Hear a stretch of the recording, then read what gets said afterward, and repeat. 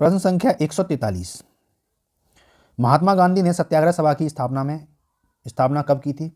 दिसंबर 1920, मार्च 1918, फरवरी 1919 या अप्रैल 1921? तो महात्मा गांधी ने सत्याग्रह सभा की स्थापना 1919 में की थी। ठीक है, क्यों की थी? क्योंकि रॉलेट एक्ट के विरोध में की गई थी। रॉलेट बिना नियम, बिना वकील, बिना दलील का कानून था। रॉलेट एक्ट के विरोध में फरवरी 1919 में सत्याग्रह सभा की स्थापना की गई थी। इसके सदस्य इस कानून की अवज्ञा कर जेल जाते थे। ब्रिटिश सरकार को इन लोगों ने, जो क्रांतिकारी थे, उन्होंने शैतानी लोग की संज्ञा दी थी। पर्टिकुलर इसी टाइम पर क्या कहा था? शैतानी लोग। 44वां प्रश्न है, महात्मा गांधी ने अर्थव्यवस्था की वकालत की, स्थानीय, केंद्रीकृत, विकेंद्रीकृत या ग्लोबल? तो महात्मा गांधी ने विकेंद्रीकृत अर्थव्यवस्था की वकालत की थी। इनके अनुसार ये था कि आम सहमति से जो हो, ना कि मत गिनती द्वारा हो, है ना। आम सहमति बन जाए, उसके आधार पर काम होना चाहिए, मतों से कोई मतलब नहीं है। महात्मा गांधी के लिए भारतीय मानवता की एकता इसकी आर्थिक स्वतंत्रता और समानता का प्रतीक था। खादी, पहिया, नमक या धागा? सही विकल्प है इसमें खादी। खादी को महात्मा गांधी ने बहुत प्रमोट किया। ठीक है, और 1920 के दशक में गांधी जी ने गाँव को आत्मनिर्भर बनाने के लिए खादी का प्रचार गांव-गांव किया, बहुत तेज़ी से प्रचार किया खादी का। चाहते थे खादी हर जगह उपलब्ध हो, जिससे कि रोजगार में सहायक बने। इनमें से कौन सा महात्मा गांधी का आर्थिक विचार नहीं है? गैर हिंसक अर्थव्यवस्था, बिल्कुल साफ है। विकेंद्रीकृत कुटीर उद्योग, ये भी है। मशीनरी और नवीनतम तकनीकी का अधिकतर प्रयोग, ये नहीं है विचारों में, ये बिल्कुल नहीं है। सही विकल्प क्या है आपका? सी। और गांव सर्वोदय का पुनर्जन्म, ये भी है। ठीक है, 147 प्रश्न है, the story of my experiment with truth के लेखक कौन है? बहुत इंपॉर्टेंट प्रश्न है। मणिलाल गांधी, गोपाल कृष्ण गांधी, देवदास गांधी या मोहनदास करमचंद गांधी? सही विकल्प है इसके कौन राइटर है? मोहनदास करमचंद गांधी। हिंदी में कहते हैं सत्य के साथ मेरे प्रयोग। क्या कहते हैं? सत्य के साथ मेरे प्रयोग, ये कहते हैं इसको हिंदी में। ठीक है, ये बुक, ये भी आता है किस भाषा में लिखी गई है? तो ये बुक लिखी गई है, ये आत्मकथा है। पहली बात तो ये आत्मकथा है किनकी? गांधी जी की, है ना। MK गांधी, मोहनदास करमचंद गांधी की। और ये लिखी गई है, ये पेपर में कई बार आया है, ये लिखी गई गुजराती भाषा में। गुजराती भाषा में ये लिखी गई है। कौन सी? The story of my experiment with truth. 148वां प्रश्न है, गांधी जी के गांव सर्वोदय के आदर्श ने बताया कि एक आदर्श गांव को कुछ शर्तों को पूरा करना होगा, इसमें से क्या शर्त नहीं है? जाति व्यवस्था को समाप्त कर देना चाहिए, बिल्कुल उन्होंने कहा था। भाईचारे की भावना विकसित करने के लिए पूजा का स्थान एक दूसरे के बगल में बनाया जाना चाहिए, नहीं, ये नहीं कहा था। तो इसमें शर्त में ये नहीं था। बाकी धर्मशाला और एक छोटा डिस्पेंसरी होना चाहिए, ये भी कहा था। यह भोजन और कपड़ों के मामलों में आत्मनिर्भर होना चाहिए, ये भी कहा था। ठीक है, प्रश्न संख्या 149, बताओ इसका आंसर क्या होगा? इसमें यह कहा गया है, महात्मा गांधी भाप से चलने वाले जहाज SS सफारी द्वारा दक्षिण अफ्रीका के कहाँ पहुंचे थे? ठीक है, तो जोहान्सबर्ग, केपटाउन, डरबन या फिर पोर्ट एलिजाबेथ? तो ये पहुंचे थे कहाँ पर? डरबन में। कहाँ, किस जहाज से? SS सफारी के द्वारा। ठीक है, अच्छा, ये कब ये भाप से चलता था ये जहाज? ये कब गए थे? ये गए थे 1893 में गए थे। ठीक है, और वहाँ पर जाकर ये भारतीय समुदाय के क्या बन गए? नेता बन गए। और दक्षिण अफ्रीका में अहिंसक आंदोलन में इनकी भागीदारी रही थी। 150 प्रश्न है, गांधी जी ने जून 1904 में डरबन के बाहर बस्ती नामक एक सामुदायिक क्रियाशील मठ की स्थापना की। रस्किन, नटाल, प्रोटोरिया और फिनिक्स? तो उसका नाम था, मठ का वो नाम था आपका फिनिक्स। ठीक है, 1904 में की थी। कहाँ पर? डरबन में। ठीक है, अच्छा, 1912 में क्या हुआ? 1912 में जो फिनिक्स था, वो फिनिक्स ट्रस्ट में परिवर्तन हो गया। अगला प्रश्न है 151, 1917 में चंपारण सत्याग्रह किस राज्य में प्रारंभ किया गया था? पंजाब, उत्तर प्रदेश, बिहार और हरियाणा? तो 1917 में चंपारण सत्याग्रह शुरू किया गया था। कहाँ पर? बिहार में शुरू किया गया था। बिहार में तीन कठिया पद्धति के खिलाफ शुरू किया गया था। किसमें? अंग्रेज बागान मालिकों के खिलाफ नील उत्पादक किसानों ने शुरू किया था 1917 में। अगला प्रश्न है, प्रश्न संख्या 152, महात्मा गांधी जी का नमक सत्याग्रह आंदोलन दांडी मार्च कब प्रारंभ हुआ? बहुत इंपॉर्टेंट प्रश्न है। 10 मार्च 1930, 12 मार्च 1930, 4 अप्रैल 1930, 4 फरवरी 1922? तो दांडी मार्च आरंभ हुआ था 12 मार्च 1930 को। गांधी ने कहाँ पर दांडी मार्च शुरू किया था? साबरमती आश्रम से। साबरमती आश्रम से इसकी शुरुआत की थी। 78 अनुयायी अनुयायियों के साथ डांडी मार्च शुरू किया था, ठीक है। और ये शुरू किया गया था नमक, जो अंग्रेजों द्वारा लाए गए नमक कानून के विरोध में। और लगभग 240 किलोमीटर चलकर डांडी नामक स्थान पर गए, वहाँ नमक बनाया और नमक कानून तोड़कर सबने अवज्ञा आंदोलन की शुरुआत की। कब तोड़ा गया? 6 अप्रैल 1930 में। कहाँ पहुँच गए? ये डांडी पहुँच गए। अगला प्रश्न है प्रश्न संख्या 153। महात्मा गांधी को राष्ट्रपिता के नाम से सर्वप्रथम किसने संबोधित किया था? सरदार पटेल, जवाहरलाल नेहरू, सुभाष चंद्र बोस, बाल गंगाधर तिलक। तो महात्मा गांधी को राष्ट्रपिता कहकर सबसे पहले संबोधित किया था किसने? सुभाष चंद्र बोस ने। सुभाष चंद्र बोस ने कब किया था?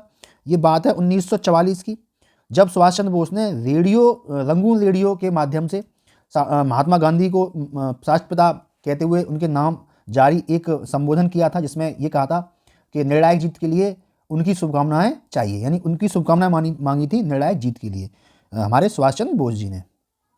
अगला प्रश्न है अमृतसर में जलियांवाला बाग कुख्यात जनसंहार किस दिन घटित हुआ? 13 अप्रैल 1920, 13 अप्रैल 1919, 14 अप्रैल 1920, 19 अप्रैल 1919। तो ये हुआ था आपका 13 अप्रैल 1920 में हुआ था अमृतसर के जलियांवाला बाग में। यहाँ पर एक थे डॉक्टर सत्यपाल और सैफुद्दीन किचलू महोदय थे, किचलू। इनके गिरफ्तारी के विरोध में एक जनसभा हो रही थी। उन जनसभा पर जनरल डायर ने जनरल डायर ने अंधाधुंध गोलियां चलवाई और करीब 1000 से ज़्यादा यहाँ पर हमारे देश के नागरिक थे वो मारे गए और 350 से ज़्यादा वहाँ पर घायल हो गए थे। अगला प्रश्न है प्रश्न संख्या 155। रविंद्रनाथ टैगोर ने किस नरसंहार के विरोध में नाइटहुड की उपाधि लौटा दी? जलियांवाला बाग नरसंहार, खिलाफत आंदोलन, सैनिक विद्रोह या असहयोग आंदोलन। तो रविंद्रनाथ टैगोर ने नाइटहुड की उपाधि लौटाई थी कब? जलियांवाला बाग नरसंहार के विरोध में इन्होंने अपनी नाइटहुड की उपाधि लौटा दी। 156वां प्रश्न है दोस्तों। खलीफा की अस्थायी शक्तियों की रक्षा के लिए मार्च में बॉम्बे में एक खिलाफत कमेटी का गठन किया गया था। कब किया गया था? 1919, 1931, 1909, 1930 में। तो खिलाफत कमेटी का गठन हुआ बम्बई में। कहाँ पे हुआ? बॉम्बे में हुआ था, 1919 में हुआ था, ठीक है। और इसका गठन हकीम अजमल खान किसने किया? हकीम अजमल खान ने किया।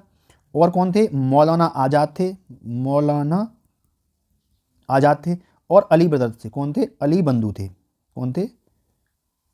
अली बंधु थे। अली बंधु कौन थे? मोहम्मद अली और शौकत अली। और हसरत मोसानी थे। कौन थे? हसरत मोसानी थे, ठीक है।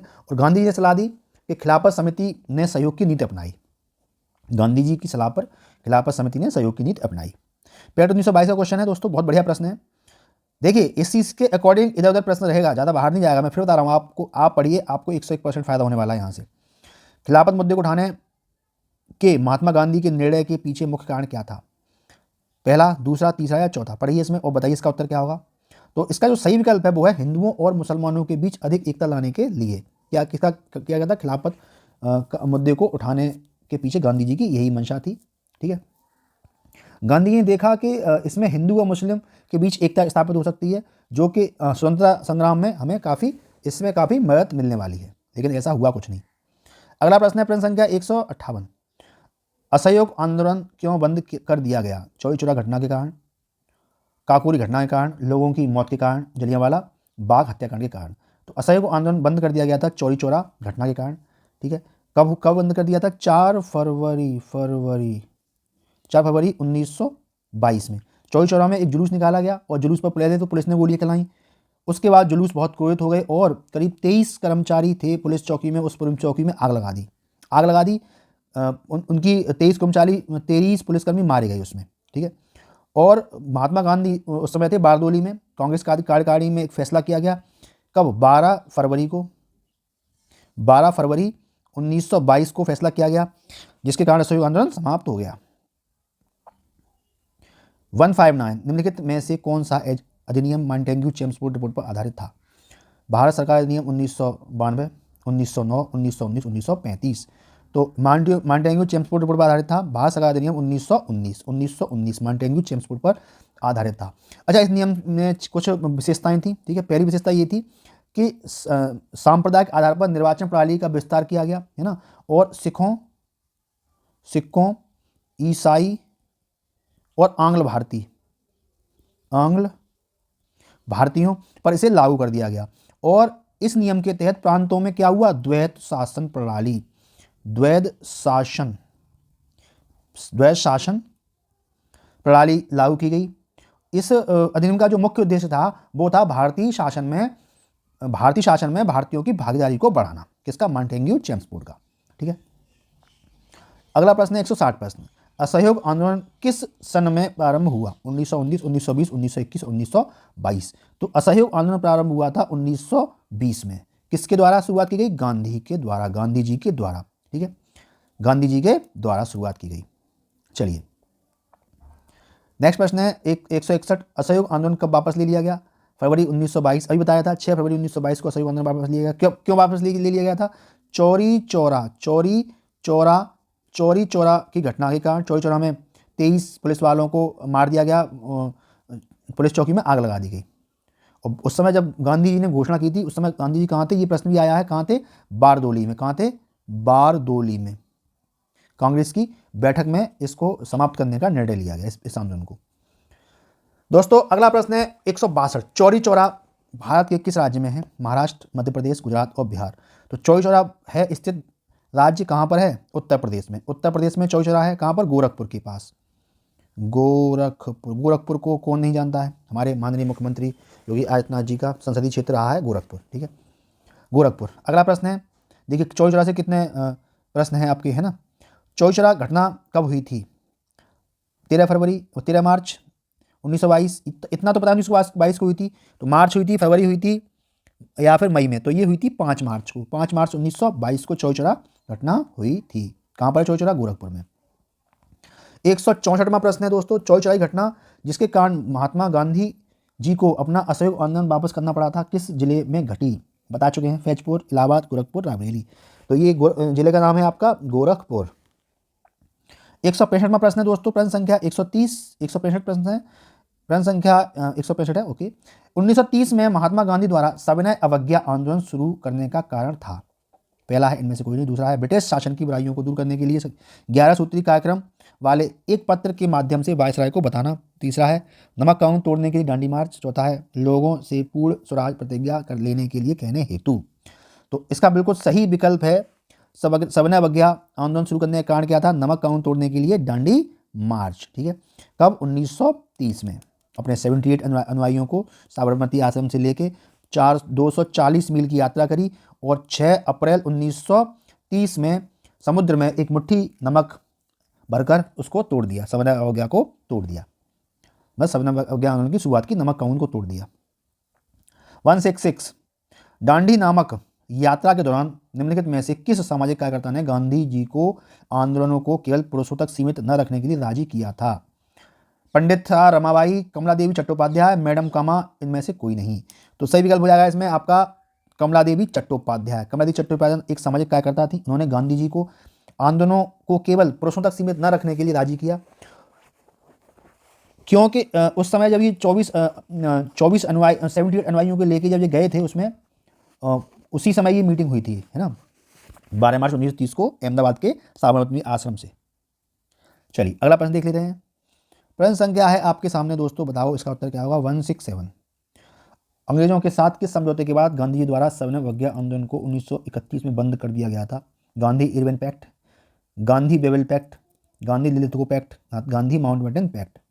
तो सही विकल्प हो जाएगा Gandhi Irwin pact. Gandhi Irwin pact कब हुआ था, 5 मार्च 1931 को हुआ था। इस समझौते के अनुसार गांधी जी सविनय अवज्ञा को बंद करेंगे। ठीक है, ये इसी पैक्ट के माध्यम से हुआ था। अगला प्रश्न है 168। निम्नलिखित में से किस व्यक्ति को साइमन कमीशन के अध्यक्ष पद पर नियुक्त किया गया था। माउंटबेटन, एडविन इटली या फिर सर जॉन आल्ब्रुस साइमन। तो साइमन कमीशन के अध्यक्ष पद पर नियुक्त किया गया था सर जॉन साइमन को। ठीक है, 7 सदस्यीय आयोग था साइमन कमीशन, 7 सदस्यीय आयोग था, है ना। इसको श्वेत कमीशन भी कहा गया, हमारे क्रांतिकारियों द्वारा श्वेत कमीशन भी कहा गया। और इसकी घोषणा हुई थी वो 8 नवंबर 1927 को इसकी घोषणा हुई थी। 169। दांडी मार्च, जिसे साल्ट मार्च और दांडी सत्याग्रह के नाम से भी जाना जाता है, निम्नलिखित में से किस आंदोलन के शुरू होने का कारण बना। बाल छोड़ो आंदोलन, असहयोग आंदोलन, चौरी चौरा कांड, सविनय अवज्ञा आंदोलन।